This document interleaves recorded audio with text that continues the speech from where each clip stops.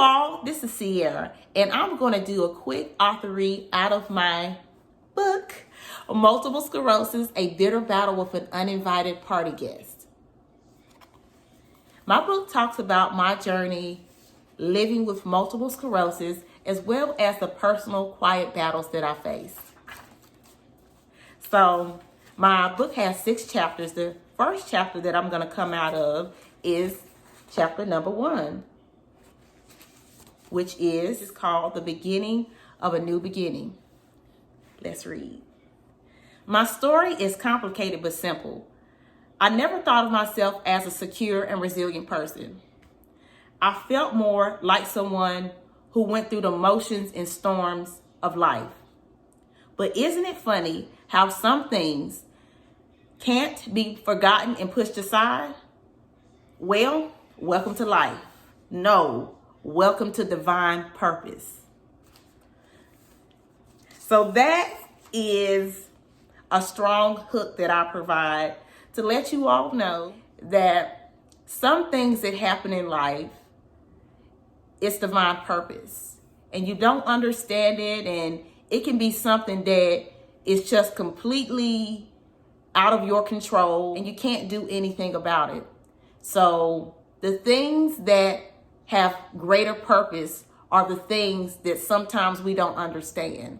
That's what I like to call divine purpose. Next author read that I would like to give to you all comes out of chapter 2, called The Uninvited Guest. And in the paperback, it is page 19. It's just a really good read, you all. Very simple, straight to the point. I don't have a lot of fluff.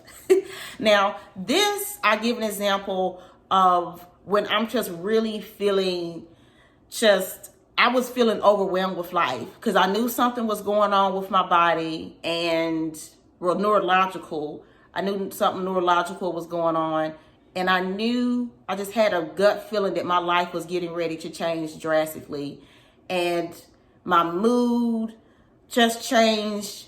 And I wasn't the most happiest person. I was very sad and I just felt isolated, felt alone. And quite honestly, I felt hopeless, right? And so this is one of those divine interventions that I say happen, or the things that had divine purpose to it. And the subtitle is called A Lesson Learned Through Nature.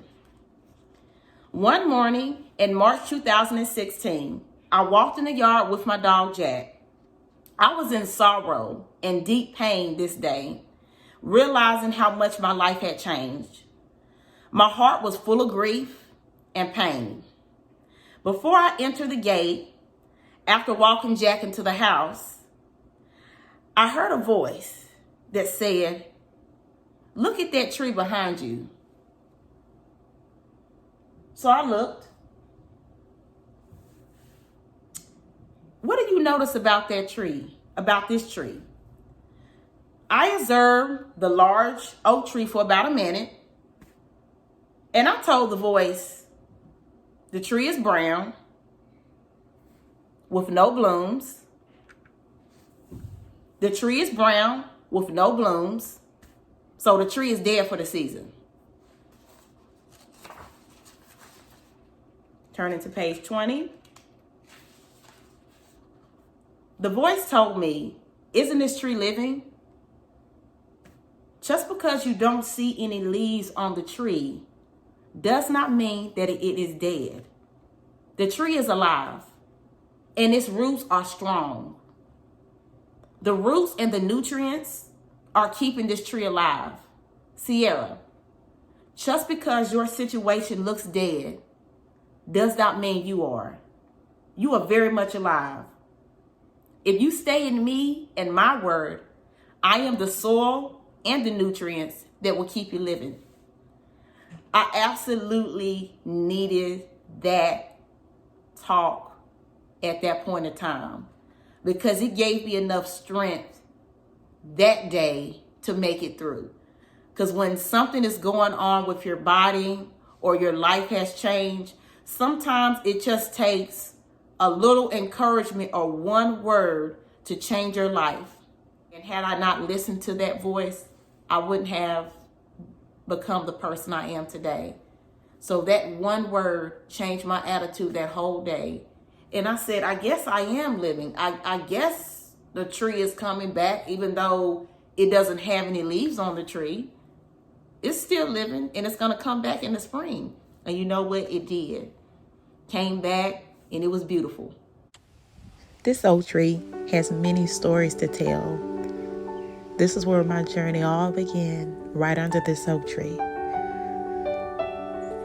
You know how And that oak tree is the oak tree that is in my book trailer in the very beginning. It's in my parents' backyard. They have a large yard. And that's that same oak tree. And you know, it was so beautiful, but it wasn't dead. It was very much living. And my situation was very much living, even though it looked like just everything was working against me. It was actually working out for my good. The other thing that I would like to read to you all, and this is really touching. This is when I first walked into physical therapy.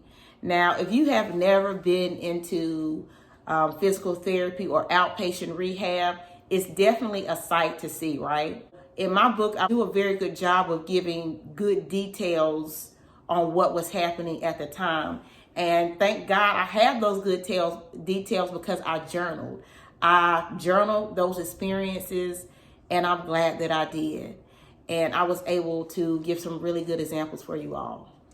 I'm going to start with 56. It's just a little bit on 56. This is in a paperback, and it's subtitled, What Are You Hiding From?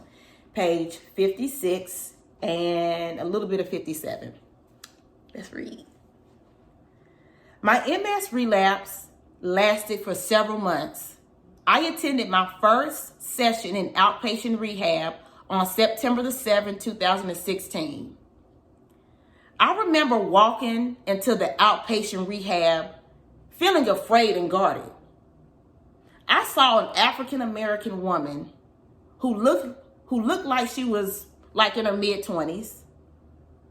She appeared to have a drop foot, and she was walking on a cane. I also saw a middle-aged man with a prosthetic leg walking the treadmill, and an older man carrying a Parkinson's notebook. I thought to myself, and this is me looking, you all, I thought to myself, what world did I just enter? That was a surreal experience for me entering physical therapy. That's how bad my MS symptoms had gotten. My gait was off. I would say my legs were wobbly like jello. And I was learning a new world. This Sierra that I knew before my diagnosis, she was gone. And this new Sierra, I had to get to know. I had to get to know the Sierra who was in physical therapy now, trying to regain her strength so she can move